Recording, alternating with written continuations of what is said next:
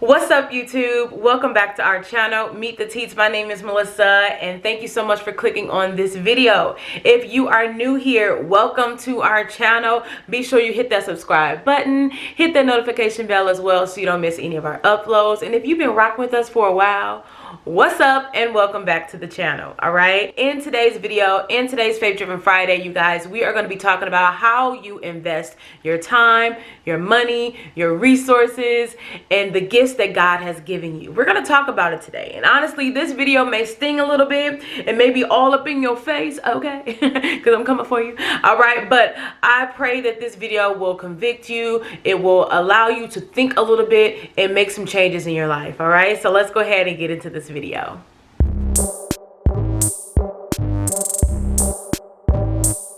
All right, y'all, so I'm going to start off by reading Matthew chapter 25 verses 14 through 28, okay? And this is what it says. And this is a pretty familiar passage, but I have to read it. I have to read the whole thing in its entirety because it's just so good. And the thing about this passage, this parable, it can be applied to any area of your life, okay? So let's go ahead and get started. I'm reading out of the Message Bible because the Message Bible just keeps it so real, okay? It says this: the story about investment. It's always like a man going off on an extended trip. He called his servants together and delegated responsibilities. To one, he gave $5,000. To another, $2,000, and to the third, $1,000, depending on their abilities. Then he left, right off. The first servant went to work and doubled his master's investment. The second did the same, but the man with the single thousand dug a hole and carefully buried his master's money. After a long absence, the master of those three servants came back and settled up with them. The one given $5,000 showed him how he doubled his investment. His master commended him. "Good work, you did well. From now on, be my partner." The servant with the 2,000 showed how he doubled his master's investment. His master commended him. "Good work, you did well. From now on, be my partner." The servant given 1,000 said, "Now, master, I know you have high standards and hate careless ways, that you demand the best and make no allowances for error. I was afraid I might disappoint you. So I found a good hiding place, and secured your money. Here it is, safe and sound down to the last cent." The master was furious. That's a terrible way to live. It's criminal to live so cautiously like that. If you knew I was after the best, why did you do less than the least? The least you could have done would have been to invest the sum with the bankers, where at least I would have gotten a little interest. Take the 1,000 and give it to the one who risked the most, and get rid of this play it safe who won't go out on a limb. Throw him out into utter darkness. Come on, y'all.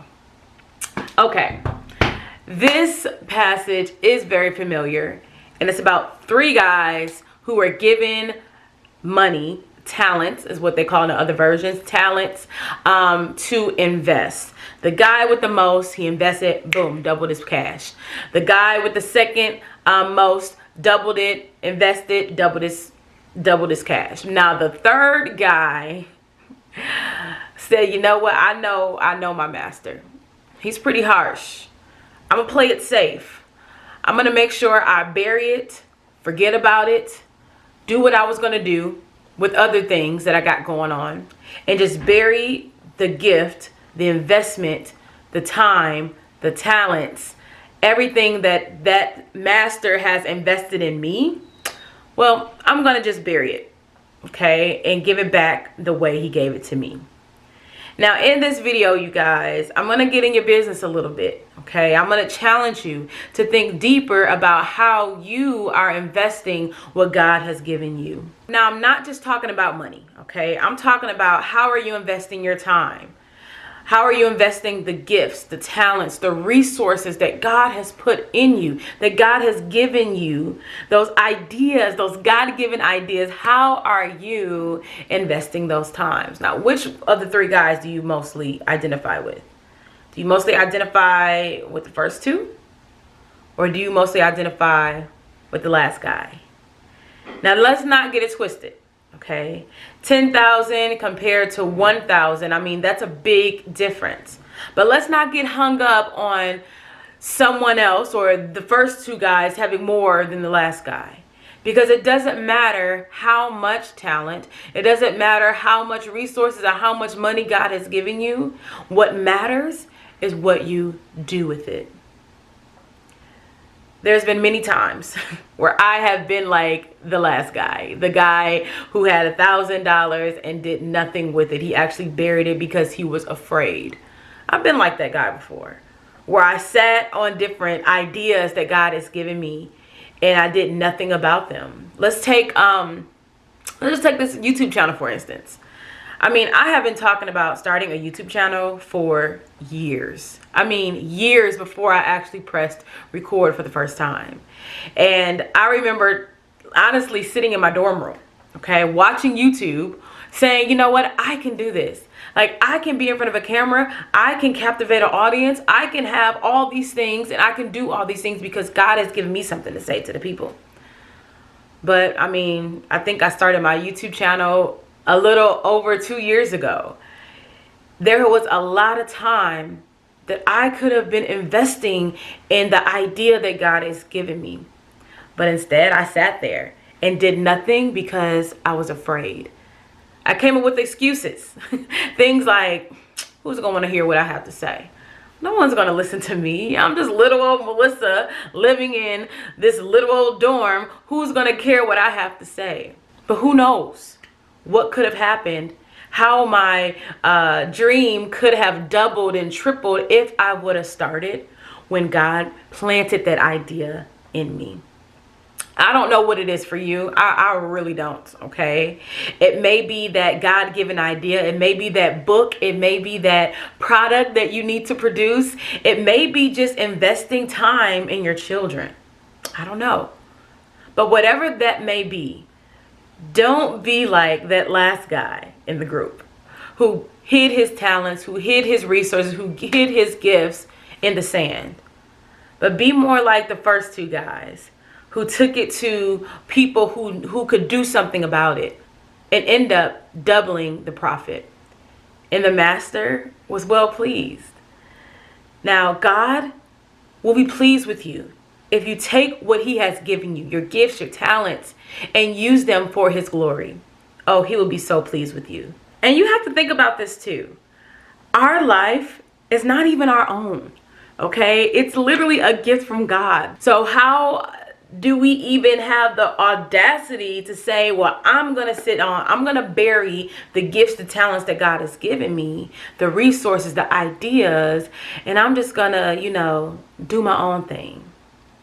Nah, y'all. Okay, no, that's not cool. I'm just going to say it's not cool, okay? It's not cool, especially if you call yourself faith-driven.